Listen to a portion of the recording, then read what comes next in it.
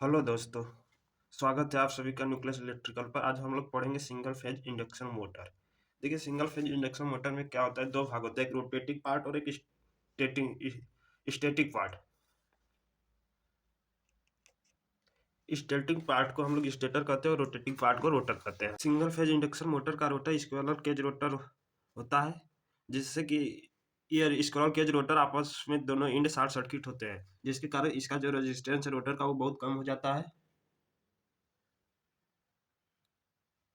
और इस रोटर की मुख्य विशेषता जो है, मुख्य लाभ जो है, ये जितने पोल का स्टेटर रहेगा उतने पोल को ये ऑटोमेटिकली बन जाता है। सिंक्रोन के जो रोटर, जितने पोल का हमारा स्टेटर मशीन का स्टेटर रहेगा उतने पोल को ये रोटर ऑटोमेटिकली बन जाता है।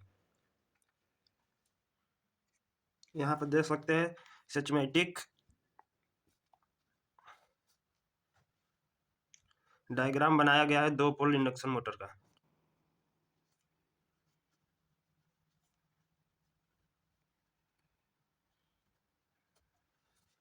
यहाँ से देखिए, हम लोग सिंगल फेज इंडक्शन मोटर के स्टेटर को सप्लाई देते हैं, जिस जिसके कारण इसमें एक फ्लक्स उत्पन्न होता है, जिसे मेन फ्लक्स कहते हैं। सप्लाई आई देने पर इसमें एक मैग्नेटिक फ्लक्स उत्पन्न होगा, जिसे मेन फ्लक्स फाई एम कहते हैं। फाई एम फ्लक्स उत्पन्न होने के बाद ये इस फ्लक्स के कारण, इसमें म्यूचुअल इंडक्शन के कारण रोटर पर एक इंड्यूज ईएमएफ उत्पन्न होगा। यहाँ पर इंड्यूज ईएमएफ उत्पन्न होगा मेन फ्लक्स के कारण। और हमारा squirrel cage rotor type induction motor आपस शार्ट शार्ट होते हैं, बंद होते हैं, जिससे पूरा सर्किट बनता है, जिसलिए इस ईएमएफ के कारण उसमें एक आर्मेचर करंट प्रवाहित होता है। आर्मेचर करंट आई एम प्रवाहित होगा, और इस करंट के कारण इसमें रोटर में एक फ्लक्स उत्पन्न होता है। जो हमारा रोटर फ्लक्स फायर इंडक्शन के सिद्धांत पर उत्पन्न होता है, इसलिए इसको हम इंडक्शन मोटर कहते हैं। इसलिए सिंगल फेज को एसी सप्लाई मोटर को हम लोग इंडक्शन मोटर कहते हैं। अब ये दोनों जो फाई एम और फाई आर है, ये आपस में इंटरेक्ट करते हैं, जिससे कि हमारा टार्क उत्पन्न होता है। Single phase induction motor self start नहीं होता, क्योंकि इनमें दो दो फ्लक्स, फॉरवर्ड फ्लक्स और बैकवर्ड फ्लक्स टार्क उत्पन्न करने के लिए जिम्मेदार होते हैं, जिससे कि स्टार्टिंग टार्क हमारा शून्य होता है, और हमारा single phase induction motor self start नहीं हो पाता है।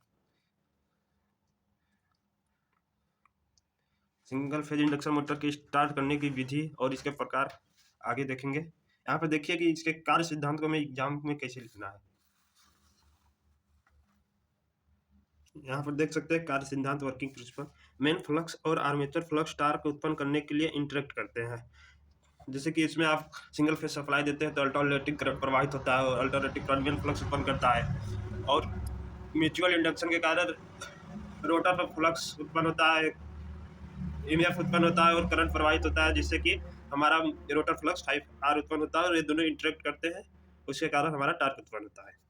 सिंगल फेज एसी मोटर में single phase AC supply stator को दी जाती है। स्टेटर वाइंडिंग एक अल्टरनेटिंग करंट को प्रवाहित करता है, जो मेन फ्लक्स उत्पन्न करता है। रोटर कंडक्टर के साथ यह फ्लक्स लिंक करता है, जिससे रोटर में एक ईएमएफ इंड्यूस होता है। रोटर कंडक्टर बंद सर्किट है, इसलिए इंड्यूस ईएमएफ से करंट प्रवाहित होगी, जिसके कारण रोटर फ्लक्स उत्पन्न करता है। दूसरा, फ्लक्स इंड्यूस ईएमएफ के कारण इंडक्शन सिद्धांत के अनुसार उत्पन्न होता है, इसलिए मोटर को इंडक्शन मोटर कहते हैं। टार्क स्पीड अभिलक्षण, जो हमको पूरी मोटरिंग क्रिया में हमें फ्लक्स प्राप्त होता है, वो दो घटकों में डिवाइड हो जाता है, या फॉरवर्ड फ्लक्स और बैकवर्ड फ्लक्स। जब फॉरवर्ड फ्लक्स रोटर फ्लक्स से इंटरेक्ट करता है तो हमारा फॉरवर्ड टार्क उत्पन्न होता है, टीएफ टार्क होता है। जब ये बैकवर्ड फ्लक्स रोटर फ्लक्स से इंटरेक्ट करता है तो हमारा बैकवर्ड टार्क उत्पन्न होता है। ये मैग्नीट्यूड में बराबर होते हैं, पर डायरेक्शन इनकी अलग अलग होती है, चेंज होती है। जैसा कि यहाँ पर देख सकते हैं, ये अग्र फील्ड टीएफ के कारण और टार्क है। ये अग्र फील्ड के कारण ये उत्पन्न टार्क है, और ये पक्ष फील्ड के कारण उत्पन्न टार्क है।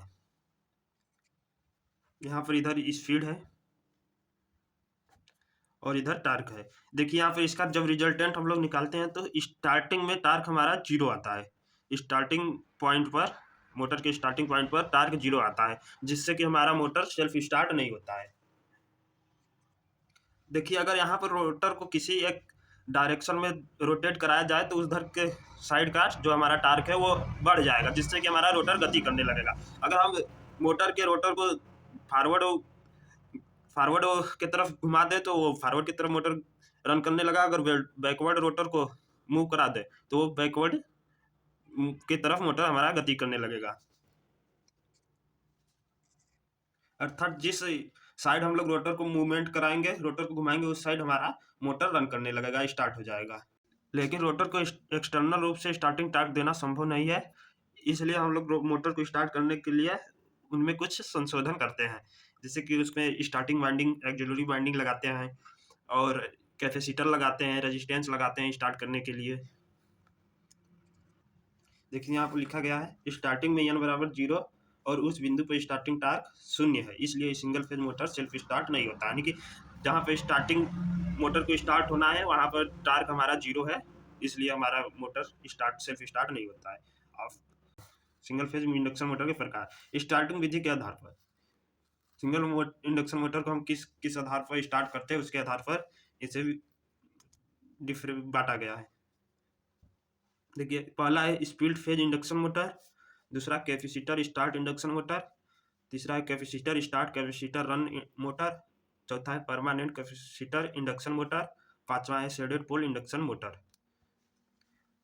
यहाँ पर इस विधि से हम लोग मोटर को स्टार्ट करते हैं। देखिए यहाँ पर सिंगल फेज इंडक्शन मोटर का सर्किट डायग्राम है। जब सिर्फ सिंगल फेज इंडक्शन मोटर में मेन वाइंडिंग होती है तो हमारा मोटर सेल्फ स्टार्ट नहीं होता है।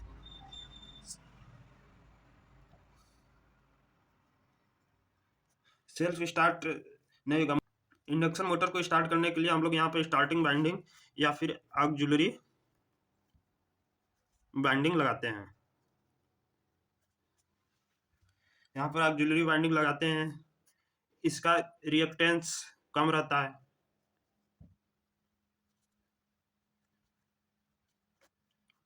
रेजिस्टेंस हाई रहता है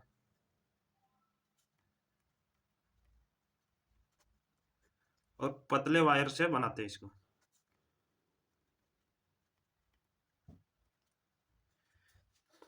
मेन वाइंडिंग का रिएक्टेंस उच्च रहता है, हाई रहता है।